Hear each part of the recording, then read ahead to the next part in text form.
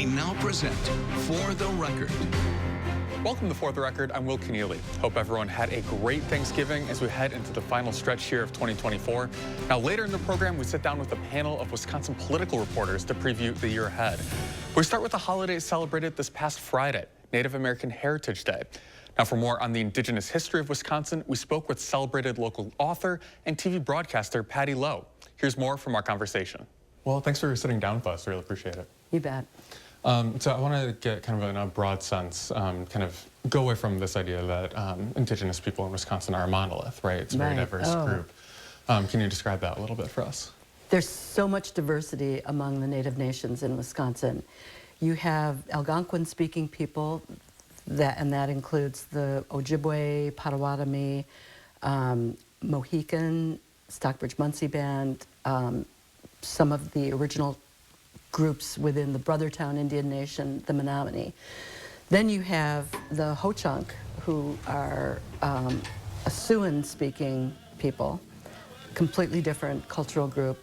And then you have the Oneida, who are part of the Haudenosaunee Confederacy. We used to call them Iroquois. And they are another group that arrived late in Wisconsin in the 1820s and 30s. So a lot of different stories, and we were talking a little bit off air about what those preservation efforts look like. How do you kind of collate all those stories and make them permanent so that we can see them going forward? You know, the tribes are really different in Wisconsin, and they bring this rich linguistic and cultural diversity, but there are some common themes, and one of them is land stewardship. And so we see that in almost every Native nation in Wisconsin. The people that are indigenous to their areas are trying to preserve the lands, trying to improve them, and loving the lands back to their original state. We talk about, you have that geographical space for people like the Menominee, for example. But Menominee people exist, in downtown Milwaukee or in downtown Madison, for example. It's not just, people exist in these urban communities as well. Right. It surprises most people, I think, to learn that more Native Americans live in urban areas than on reservations. I think it's somewhere, upwards of 3/4 of Native people now in this state live in communities, primarily Milwaukee, Chicago, Green Bay, La Crosse, and they tend to be pan-Indian communities, so it's not one tribal people. You have Oneida and Menominee and Ojibwe people that are living in Milwaukee. They all bring different leadership structures and histories, and so in some cases it's really challenging for that amalgamated community to move forward and make changes and decisions that are in the best interests of everybody. It's much different on a reservation where it's much more homogenous and people are related by blood or kinship. Wisconsinites learned kind of about indigenous Wisconsin history in 4th grade, presumably, but as we look to this Native American Heritage Day, is there any way that you'd recommend Wisconsinites, kind of reach out, learn more about the communities here and the history here in Wisconsin? There are Native people in all corners of the state, and each of those communities has cultural events, powwows, environmental conferences, days where they're trying to work the land. On my reservation, we're trying to get rid of invasive species, and so people who are interested in helping to revive the land and bring it back to a cleaner, more natural state, if they show up at these Native communities and offer their help, I'm sure that they would be welcome. So I might say over the last decade, we've seen in places like Madison where we see a lot of more land recognitions. And I think on UW-Madison's campus, the music center that they just put in, for example, architecturally trying to make these homages to the indigenous history, especially in a place like Madison. What do you expect for the next decade or so? What's kind of on the horizon in that regard? Well, I think Madison has done a really good job in that respect because a lot, this, land acknowledgement wave that swept across the country beginning about 3 or 4 years ago was a good first step, but a lot of it felt really performative, where it was just a land acknowledgement and okay, now we move on to business as usual.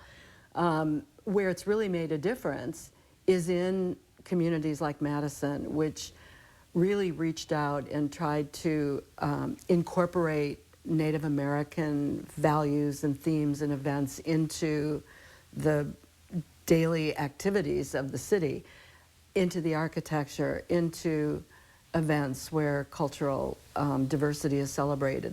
That's where I think land acknowledgements have really promoted a great conversation. Moving forward, I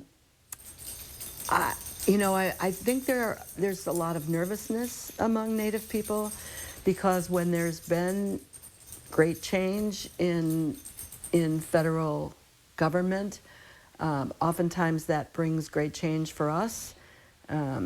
We've seen some major assimilationist movements in the past and it's all couched in language that sounds like, oh, we're going to free you from the yoke of the federal government. We're going to allow you to privatize your land. You can, be full citizens. And this is not what Native communities want. Native communities are sovereign governments. They have their own political structures. We're part of, obviously the larger citizenry of the United States, and that's okay. But there's a way to exist within, but without losing one's identity. And I think that's, that's concerning right now to a lot of Native people. And the other thing is what's going to happen environmentally. Native people are very different, Native communities are different, but there is this common universal theme of land stewardship. And you see that in every community across the country. That ethos is bound to bump up against other pressures like drilling, expanding sacred places like Bears Ears, and locally perceived threats to places like the Wolf River or Bad Rivers, Wild Rice, Kakagan Sloughs. So those are things that I'm wary about, as are a lot of Native people, I think, and things we're going to be looking very closely at. And now, the other thing is, in the last administration, we had an Interior Secretary who is Native American, and that was the first Native American who held that high level of a cabinet position. And she was instrumental in moving issues like boarding school, reconciliation, investigation and reconciliation forward. She was instrumental in helping Native nations protect their sacred lands, and that protection isn't going to be there anymore. We saw locally too in Madison, Arvina Martin, as I think one of the first locally elected Ho-Chunk City Council women. Yeah. Do you see any, knowing that representation is so important, do you see kind of efforts to recruit people with that background for local office or for anything as high as the Interior Secretary? Yeah, locally I've seen this radical shift in political awareness in Native communities. When threats like mining or pipelines surface in Native communities, you see higher voter turnout, you see people running for office. I know in Ashland County, where Bad River is located, when the community was threatened by a massive open pit taconite mine, voter registration went sky high, and local tribal citizens began running for county and local offices. And that changed the whole tenor of the political landscape up there. When we come back, we check in with the United Way of Dane County for more on how to extend the impact of your local donations this time of year. Plus, our check-in with the political panel of reporters. We'll be right back after this.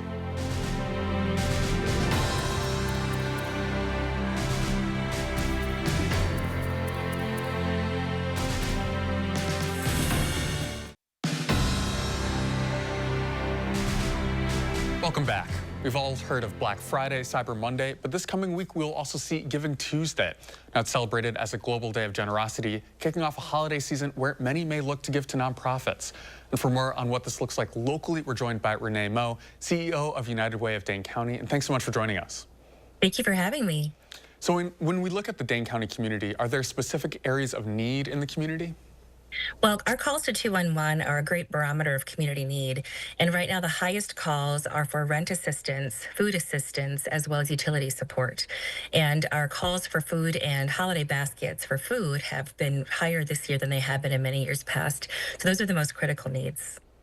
Now, have we seen any trends in charitable giving, either across the country or especially here in Dane County within the last couple of years? Have they increased, decreased, anything like that?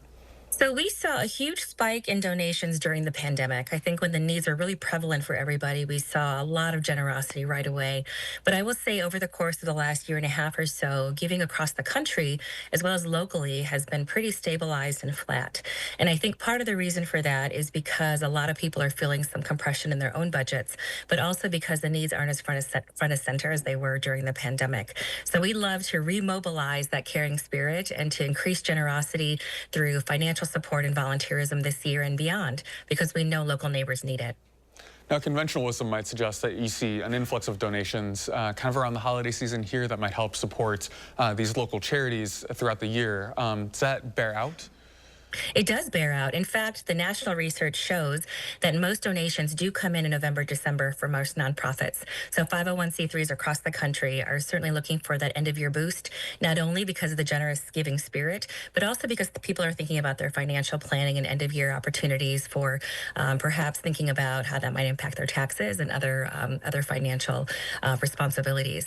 So we're grateful for generosity any time of year. Certainly at this end of year, agencies are really looking for that support to be able to end the year strong, meet that increased demand, and certainly set up the next year for success. So we at United Way raise funds all year long, and especially during this fall and winter campaign season for nonprofits, because we know that really sets up services for next year in a coordinated and effective way. Now, how would you recommend for viewers who want to make sure that their donations stay certainly in the community, but have the greatest impact here in Dane County? Yes. Well, United Way does deep listening, research, and data. And we've really put together with nonprofits, individuals with poverty-related lived experiences and data and research to curate something called the Plan for Community Wellbeing.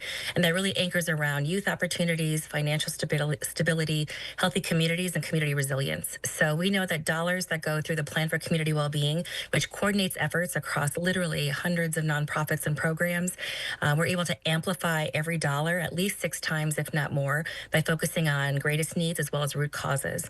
And by coordinating that ability to help whole families get what they need to be supported and to get into hopefully pathways out of poverty and to achieve their own self-defined goals, that is the opportunity.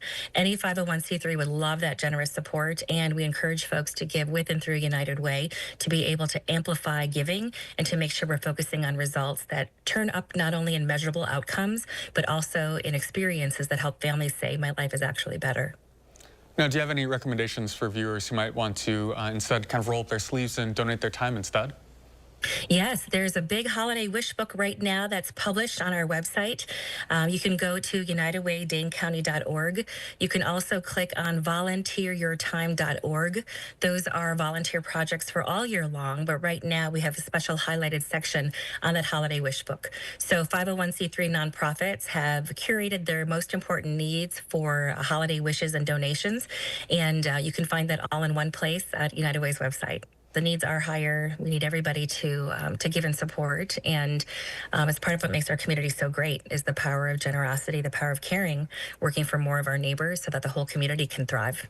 We really say that family well-being is community well-being. And when families have what they need in a coordinated and effective way, they can actually achieve their goals. So we not only help, but we actually solve problems. And, maybe that's the only last thing that I would say.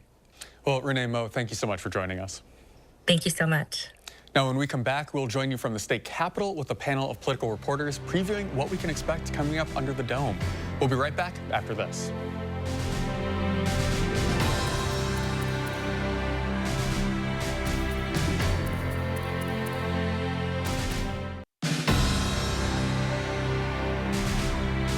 Welcome back. We're joining you here from the state capitol, and to make sense of everything going on politically here in Wisconsin, we're joined by our political panel here. Jesse Opoyen with the Milwaukee Journal-Sentinel, Scott Bauer with the Associated Press, and Emily Fannin with CBS 58. Thank you guys for joining us.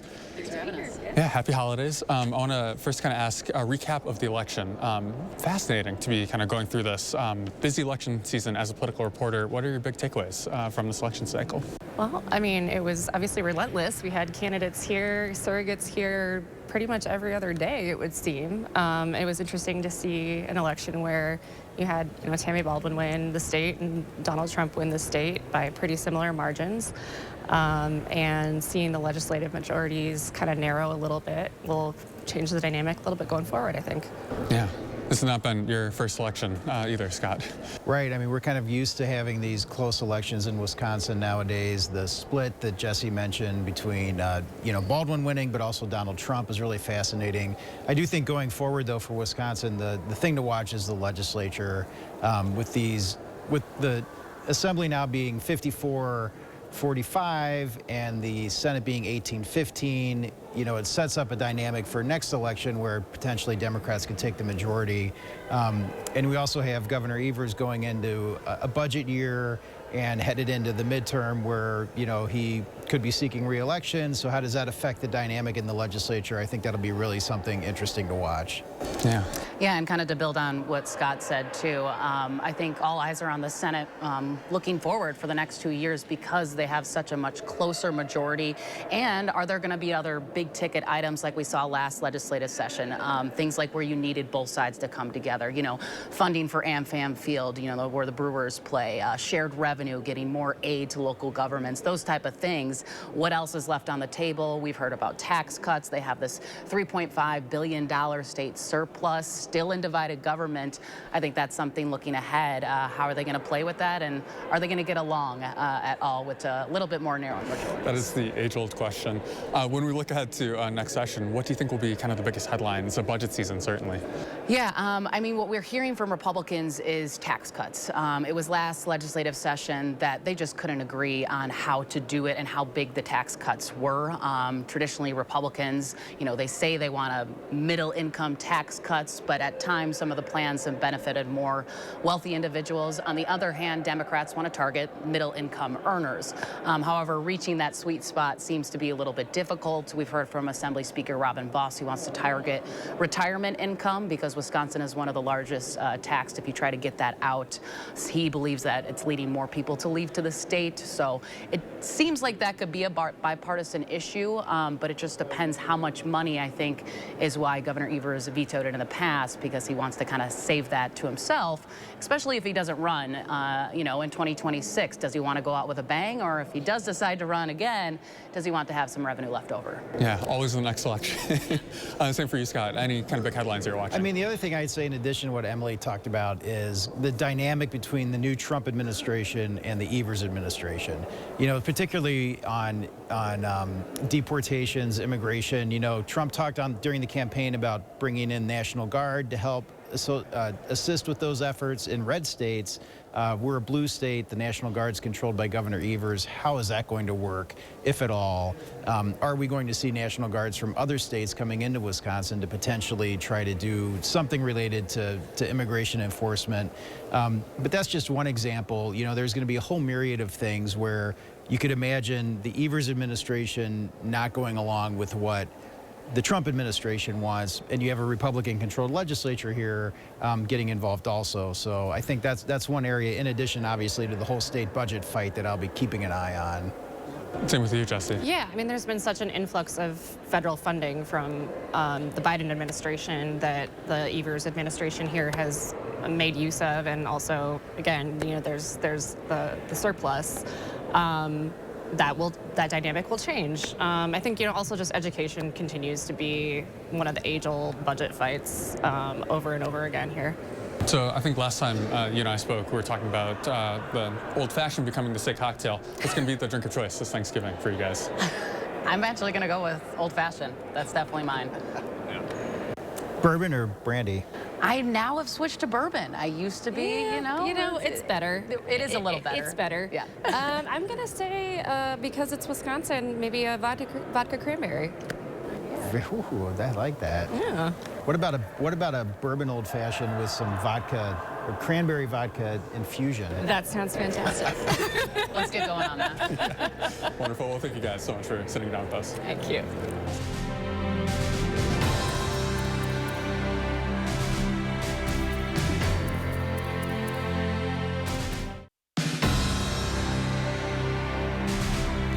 Welcome back. This week, a new report came out from the federally appointed monitor for the Wisconsin Youth Prison at Lincoln Hills and Copper Lake. Now, the embattled youth prison has faced years of scrutiny, including earlier this year when a corrections officer at that prison was killed. Now, the monitor shows that staff have taken a more aggressive approach to managing youth prisoners who made threats at the prison, but also that staff morale has seemed to improve. Now, this comes amid widespread calls for policymakers to revisit youth corrections in Wisconsin, and we could see that taken up at some point next year. Now, that does it for us this week. I'm Will Keneally. Hope you had a great Thanksgiving and that you have a great rest of your weekend.